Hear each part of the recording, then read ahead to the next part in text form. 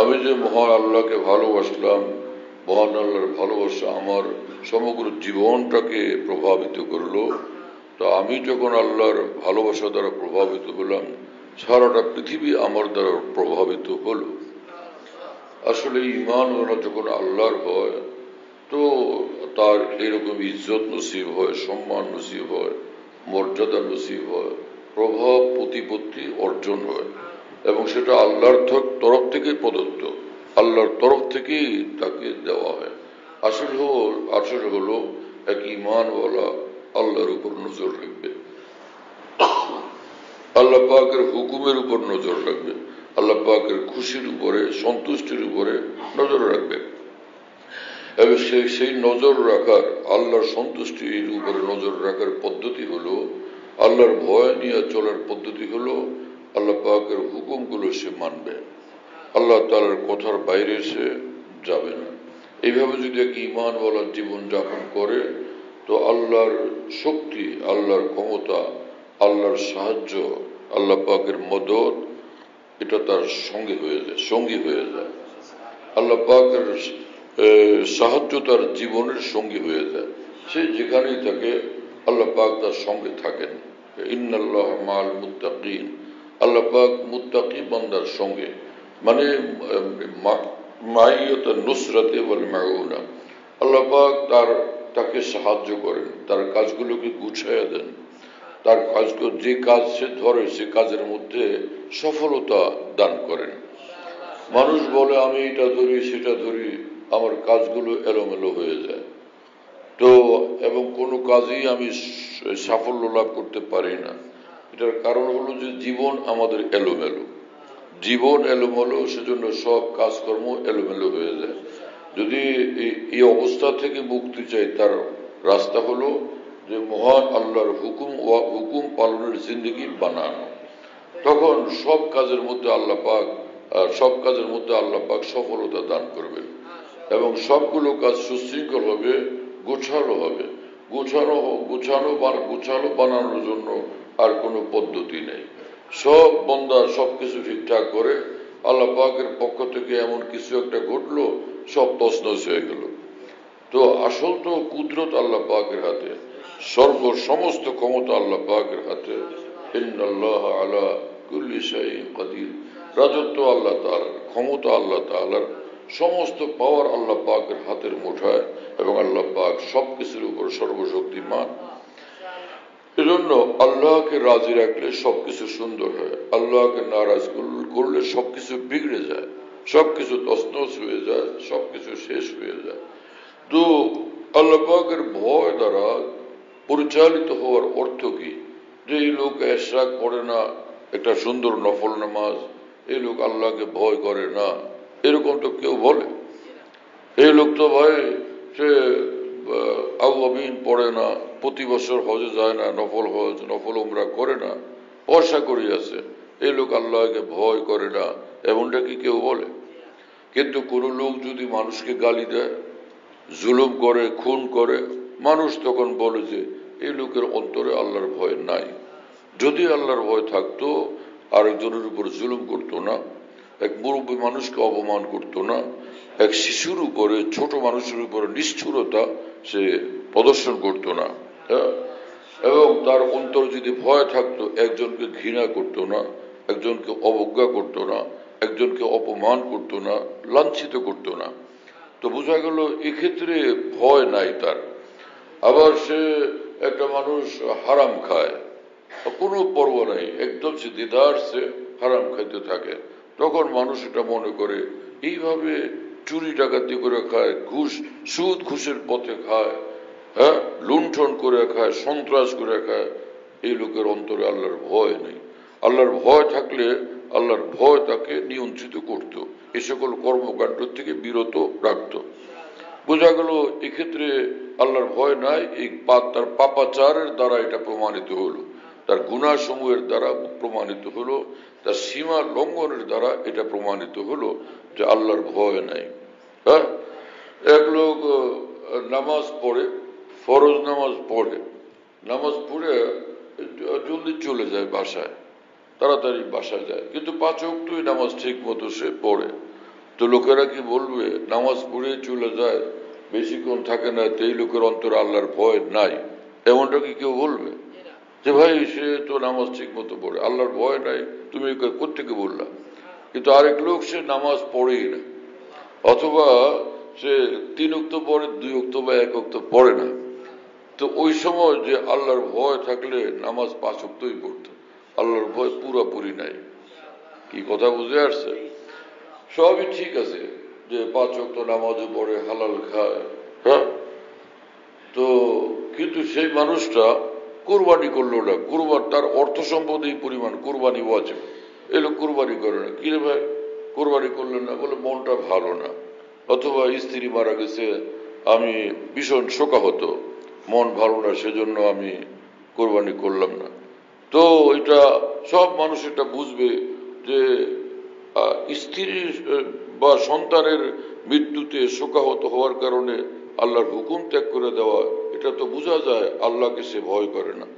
আল্লাহকে ভয় করলে এই ওয়াজিব কাজ সে ত্যাগ করতে পারে না। ঈদের নামাজে আসে না, শুয়ে থাকে ঈদের নামাজের সময় বাসায়। ঈদের নামাজ তো ওয়াজিবি লোক আসলো না, আল্লাহকে সে ভয় করে না। কি কথা বুঝে আসছে? তাহলে বোঝা গেল কোনো মানুষ যদি নফল আমলগুলো নাও করে, এটার দ্বারা প্রমাণিত হয় না যে সে আল্লাহকে ভয় করে না। কিন্তু ফরজ ত্যাগ করে দিলে বোঝা যায় আল্লাহকে ভয় করে না, ওয়াজিব ত্যাগ করলে বোঝা যায় সে আল্লাহকে ভয় করে না। এবং কোনো মানুষের, কোনো মাখলুকের হক নষ্ট করলে বা তার উপর জুলুম করলে এতে প্রমাণিত হয় যে সে আল্লাহকে ভয় করে না। হ্যাঁ, রোজই অথবা সপ্তাহে একদিন সিনেমা হলে ঢুকে, তো তখন কি এটা বোঝা যায় যে আল্লাহকে সে খুব ভয় করে, নাকি এটা মনে হয় যে আল্লাহকে ভয় করে না? তো বোঝা গেল যে মানুষ ফরজ ত্যাগ করে, ওয়াজিব ত্যাগ করে, এটা প্রমাণ যে সে আল্লাহর ভয় তার মধ্যে যেমনটা থাকার দরকার সেটা তার মধ্যে নাই। আর যদি গুনাহ করে বা জুলুম করে, কারো হক নষ্ট করে, তাতেও বোঝা যায় আল্লাহর ভয় তার মধ্যে নাই। তা আল্লাহর ভয় থাকার অর্থটা কি দাঁড়াইলো তাহলে? আল্লাহর ভয় থাকার অর্থ হলো যে আল্লাহ পাকের বাধ্যতামূলক হুকুমগুলো পালন করা ঠিক মতো, এক্ষেত্রে কোনোভাবে নিজে গাফিলতি না করা, হ্যাঁ, আর গুনাহের কাজে লিপ্ত না হওয়া। এই 2 জিনিস যদি তার মধ্যে থাকে, বোঝা গেল আল্লাহর ভয় বলা বান্দা। যখন তার মধ্যে আল্লাহ পাকের ভয় আছে, তাহলে কি হবে? ইন্নাল্লাযীনা ইয়াখশাউনা রাব্বাহুম, ইন্নাল্লাযীনা ইয়াখশাউনা রাব্বাহুম বিল গায়বি লাহুম মাগফিরাতুন, আল্লাহ নিশ্চয় তাদেরকে মাফ করে দিবেন যারা ভয়ওয়ালা বান্দা। ওয়া আজরুন কাবীর, এবং আল্লাহ পাক অনেক বড় ধরনের পুরস্কার দিবেন। আল্লাহ যখন বড় ধরনের পুরস্কার দিবেন, তার মানে কি জান্নাতে দিবেন না জাহান্নামে দিবেন? আল্লাহ পাক তাকে জান্নাত দান করবেন। যে ক্ষমতা মাগফিরাত, ক্ষমা যার হয়ে যায়, তার জন্য জান্নাতের গেট খুলে যায়। আল্লাহ তাআলা আমাদেরকে অন্তত এতটুকু করার জন্য তৌফিক দান করেন। মানুষ হাজারো এরকম আমল তো করে, হাজারো ভালো ভালো কাজ করে, কিন্তু যেটা আসল কাজ সেটাকে ছাড়ে। হ্যাঁ, যে এই জিনিস খেয়াল করতে হবে আমাদের। একটা হলো যে ইবাদত বন্দিগির ক্ষেত্রে কোন ইবাদত বন্দিগি আমাদের উপরে বাধ্যতামূলক, সেটা আমাদেরকে পালন করতেই হবে। এক্ষেত্রে কোনোভাবে গাফিলতি করা যাবে না। আর দুনিয়ার যত মানুষ এবং মাখলুক, কারো উপর জুলুম করা যাবে না, কারো হক নষ্ট করা যাবে না। যদি আমাদের জান্নাতে যাইতে হয়, যদি আল্লাহকে রাজি করতে হয়, যদি আল্লাহকে খুশি করতে হয়, আল্লাহর অসন্তুষ্টি থেকে যদি বাঁচতে হয়, এই পথ ক্লিয়ার। আর হালাল খাওয়া জরুরি। হ্যাঁ, যে হারাম খায়া যে ইবাদত করে, সেই ইবাদত কখনো কবুল হয় না। হারামের দ্বারা তৈরি যে মাংস, গোশত এবং রক্ত, এর দ্বারা যে ইবাদত মানুষ করে, সেই ইবাদত আল্লাহর দরবারে কবুল হয় না। তো তাহলে কি হবে?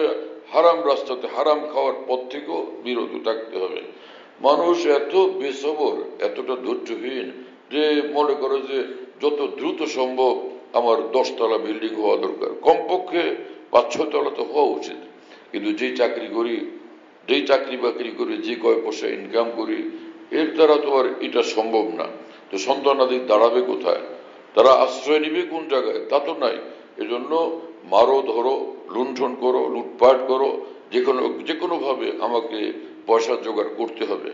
হ্যাঁ, চাই নিজের আত্মীয় স্বজনের খুন করো, তাদের উপর জুলুম করো, অথবা প্রতিবেশীর উপর জুলুম করো, পরিচিত অপরিচিত জনের উপর জুলুম করো, অথবা সেই যে কোম্পানিতে চাকরি তার পয়সা করি তার অজান্তে লুণ্ঠন করো, লুটপাট করো, অথবা সরকারি কোষাগারের পয়সা লুটপাট করো।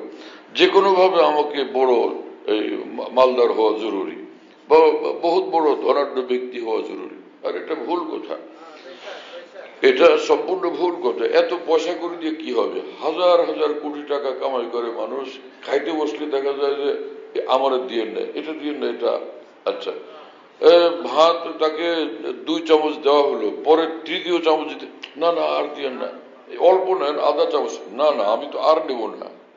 এই ভাত 2 চামচ নিল, তরকারি একটু নিল। কিছু লোক এমন ভাবে সিরিয়াস ভাবে অভ্যস্ত, রুটিন মাফিক খানা খায়, যে 1 টুকরা মাছ নিল বা 1 টুকরা গোস্ত নিল বা 2 টুকরা দিয়ে বলল না আমাকে 2 টুকরা দিয়ে না, শুধু 1 টুকরা দেন। ভদ্রলোকদের মধ্যে এরকম লোকের সঙ্গে কম না বেশি? অনেক বেশি না? হ্যাঁ, তাহলে এই যে ওর হাজার হাজার কোটি টাকা দ্বারা হবেটা কি? শুধু একটা হিসাব যে আমি পয়সাওয়ালা। এর থেকে অনেক বেশি দামি কথা হলো আমি আল্লাহওয়ালা।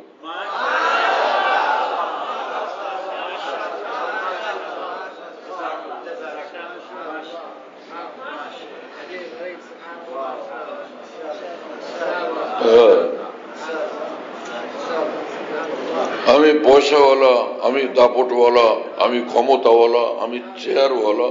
এর চেয়ে অনেক দামি জিনিস হলো আমি আল্লাহওয়ালা, আমি ঈমানওয়ালা। হ্যাঁ, আমি ঈমানওয়ালা, আমি আল্লাহর সঙ্গে, আল্লাহ তাআলার সঙ্গে গভীর নিবিড় সম্পর্কওয়ালা। এটা কত বড় দামি কথা! কোটি কোটি চেয়ার, কোটি কোটি সিংহাসনের চেয়ে এটা কি দামি না? তাহলে যে জিনিস দামি মুসলমান তো সেটাকে তালাশ করা উচিত।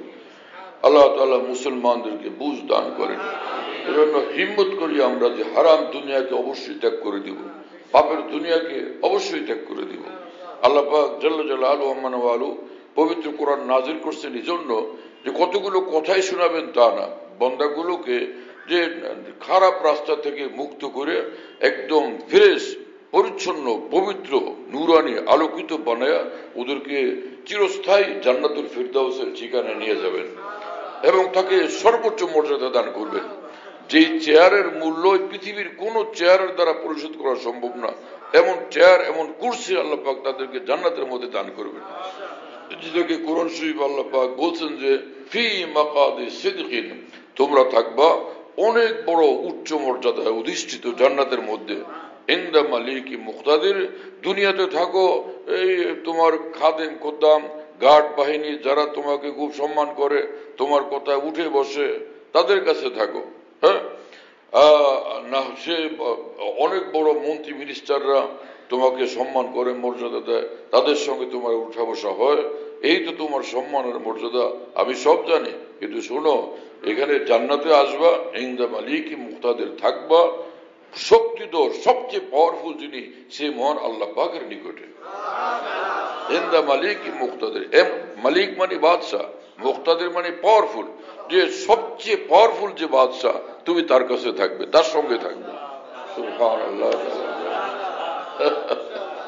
আল্লাহু আকবার।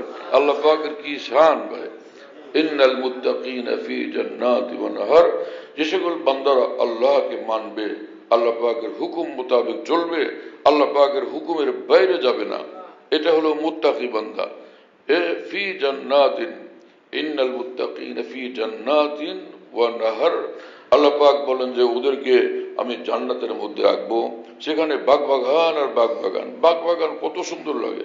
শহরের বন্দরের মানুষেরা একটা ছোট গাছ, কয়েকটা মাত্র পাতা, 8-10টা পাতা, এই একটা ছোট্ট একটা গাছ আইনা ঘরের এক কোনায় রাখে। কেউ তো শুধু ওই যে প্লাস্টিকের গাছ গাছালি ফুল আইনা ঘরের এক কোনা রাখে, ওখানে ঝুলায় রাখে, লটকায় রাখে, দেখতে সুন্দর লাগে, ভালো লাগে।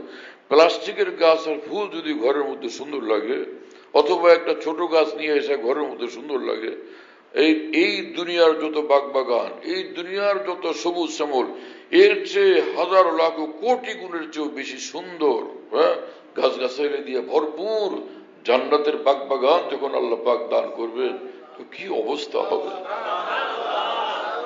কি রকম হৃদয় গ্রাহী হবে, সেটা কত বেশি মনোমুগ্ধকর হবে, কি সুন্দর দৃশ্য, কি মনোমুগ্ধকর দৃশ্য, কত সুখের জিন্দেগি হবে, কত আরামের জিন্দেগি, কত মধুর জিন্দেগি, কি মজার জিন্দেগি। আল্লাহু আকবার। তো এইটুকুর জন্য, এই সব কিছু পাওয়ার জন্য শুধু একটা কাজ, সেটা হলো ঈমানওয়ালা হওয়া, মাওলাওয়ালা হওয়া। ঈমানওয়ালা হওয়া আর বিলকুলই মাওলাওয়ালা হওয়া। যে মাওলাওয়ালা হবে, আল্লাহওয়ালা হবে, সে তো আল্লাহর খুশির বাইরে কোনো কাজের দিকে যাবে না, সেটার থেকে নিজে বিরত থাকবে, নিশ্চয়ই সে বিরত থাকবে। আর রাসূলুল্লাহ সাল্লাল্লাহু আলাইহি ওয়াসাল্লাম বলেছেন যে তোমরা আদমের সন্তান, বাবা আদমের সন্তান, তোমাদের ভুল ভ্রান্তি বিভিন্ন রকমের হবে। পরিষ্কার বলে দিচ্ছেন এই কথা, কুল্লু বানি আদম, কুল্লু মানে সবাই, বানি আদম, আদম সন্তানেরা সবাই তোমরা খাত্তা, অসংখ্য দোষ ত্রুটি ওয়ালা। এটা আগে প্রথম বললেন, পরে এটা সমাধান বললেন। সমাধান কি? খায়রুল খাত্তাইন আত-তাওয়াবুন, যে এই অসংখ্য দোষ ত্রুটিওয়ালাদের এই ভালো হওয়ার, আল্লাহর নজরে পছন্দনীয় হওয়ার এবং আল্লাহর প্রিয় হওয়ার আর জান্নাতের উপযুক্ত হওয়ার পন্থা হলো আত-তাওয়াবুন। যতবার ভুল হয় ততবার তওবা করো আর মাফ চাও, যত ভুল তত তওবা, যত ভুল তত তওবা। আল্লাহু আকবার। তাহলে তোমরা ভালো বান্দা, তোমাদের উপর আল্লাহ খুশি হয়ে যাবেন, তোমাদেরকে জান্নাত দিয়ে দিবেন। সুবহানাল্লাহ ওয়া বিহামদিহি। এক বুজুর্গ বলছিলেন যে মহান আল্লাহ এত দয়াবান, এমনি মানুষ মনে করে যে আমি যে কত শয়তান, কত দুষ্ট। আলেম ওলামারা বয়ান করেন, ভালো ভালো কথা বলেন, কিন্তু তারা তো জানেন না যে আমি কত বড় শয়তান। আর ভাই যত বড় শয়তানই হোক, তাই না, সে যদি আল্লাহ পাক শয়তানকে ইবলিসকে বলছেন, ইবলিস বলছিল যে হে আল্লাহ, আপনার ইজ্জতের, আপনার মর্যাদার কসম করে বলি যে আমি ওদের দেহে যতক্ষণ প্রাণ থাকবে ওদেরকে নষ্ট করে, বরবাদ করে, গুমরাহ করে, নাফরমান বানায় জাহান্নামে নেওয়ার সব চেষ্টা তদবির আমি করবই করব। এর উত্তরে মহান রব্বুল আলামিন বললেন যে ওয়াইজ্জতি ওয়া জালালি ওয়া ইরতিফায়ে মাকানি, আমার মর্যাদার কসম, আমার মহাপ্রতাপের কসম, আমার সুউচ্চ মর্তবার কসম করে আমি তোকে বলি, লা আযালু আগফিরু লাহুম মাস্তাগফিরুনি, আমার গুনাহগার বান্দাদেরকে, আমার বান্দাদেরকে আমি মাফ করতেই থাকবো যতক্ষণ তারা আমার নিকট মাফ চাইতে থাকবে। কি কথা রব্বুল আলামিন বলছেন হাদিসে কুদসি, কথা বুঝতেছেন প্রিয় বন্ধুরা? তাহলে আল্লাহ পাক আমাদের জন্য কি রাস্তা রাখছেন? আরে মিয়া, দুনিয়ার মানুষ যত তন্ত্র মন্ত্র আদর্শ পেশ করুক না কেন, আল্লাহর কসম করে বলি এই মসজিদের মধ্যে ঈমান এবং ইসলামের সামনে কোনো কিছুরই কোনো মূল্য নেই। কিসের গণতন্ত্র, কিসের সমাজতন্ত্র, যত মন্ত্রতন্ত্র ইসলামের সামনে, ঈমানের সামনে, কোরআনের সামনে তার কোনো হাকিকত নাই, কোনো মর্তবা নাই, কোনো মূল্য নাই, কোনো মর্যাদা নেই। সবকিছুর ঊর্ধ্বে ঈমান, সবকিছুর ঊর্ধ্বে ইসলাম, সবকিছুর ঊর্ধ্বে আল্লাহ রসুলের কথা, আল্লাহ রসুলের হেদায়েত, আল্লাহ রসুলের নির্দেশনা। এর উপরে তো কিছু নাই, এর সমকক্ষ আল্লাহর কসম এই পৃথিবীতে কোনো কিছুই নেই। মানুষে কোটি কোটি গ্রন্থ এই পৃথিবীতে রচনা করছে, বড় বড় জ্ঞানী বিজ্ঞানী লেখকরা, কিন্তু সবগুলোকে একত্রিত করলে আল্লাহর কসম, আল্লাহর কোরআনের একটা আয়াতের, একটা বাক্যের সমানতা কখনো নয়। এবং সূরা ইখলাসের মধ্যে আল্লাহ পাক বলছেন, কুল হুয়াল্লাহু আহাদ, তুমি বলো আল্লাহ এক এবং একক, মানে আল্লাহ পাক লা শারীক, আল্লাহ তাআলার কোনো দোসর নাই, তিনি দোসরহীন, তার কোনো শরীক নেই।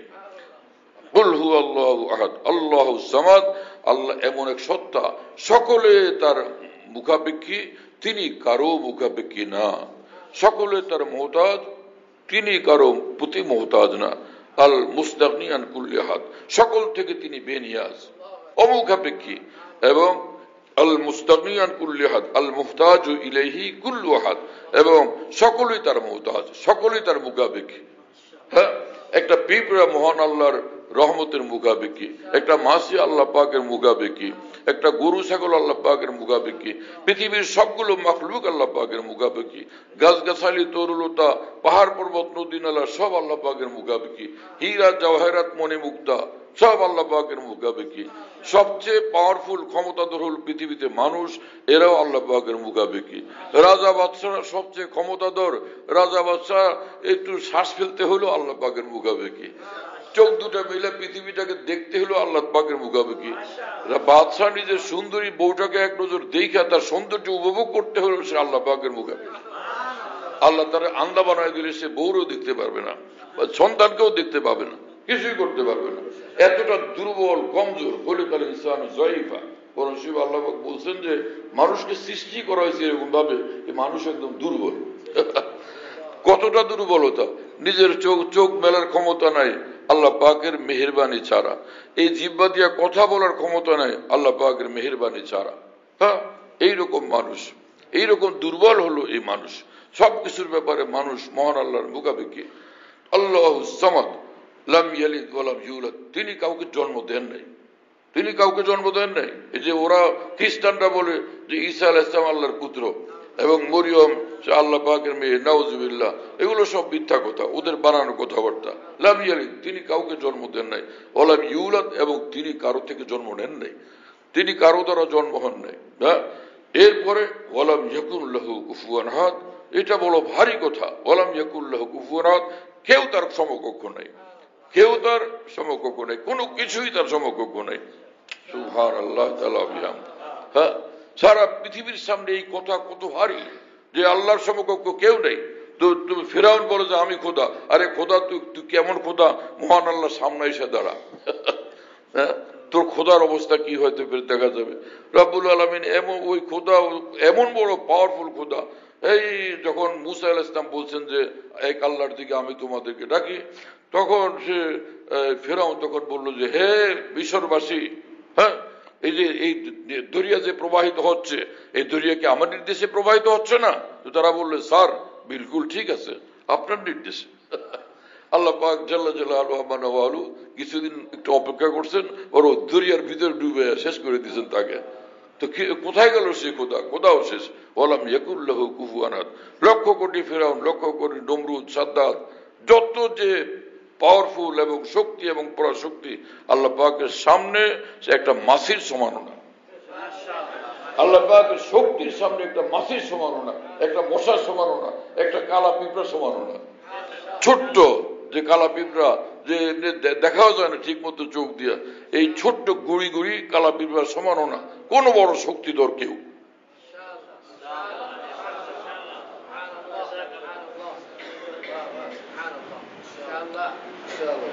সে আল্লাহকে যে রাজি করবে, তো আল্লাহ পাক জাল্লা জালালু আমানওয়ালি দুনিয়াতেই তাকে ইজ্জত দিবেন, সম্মান দিবেন, মর্যাদা দিবেন, দাপট দিবেন, প্রভাব প্রতিপত্তি সবকিছু দান করবেন।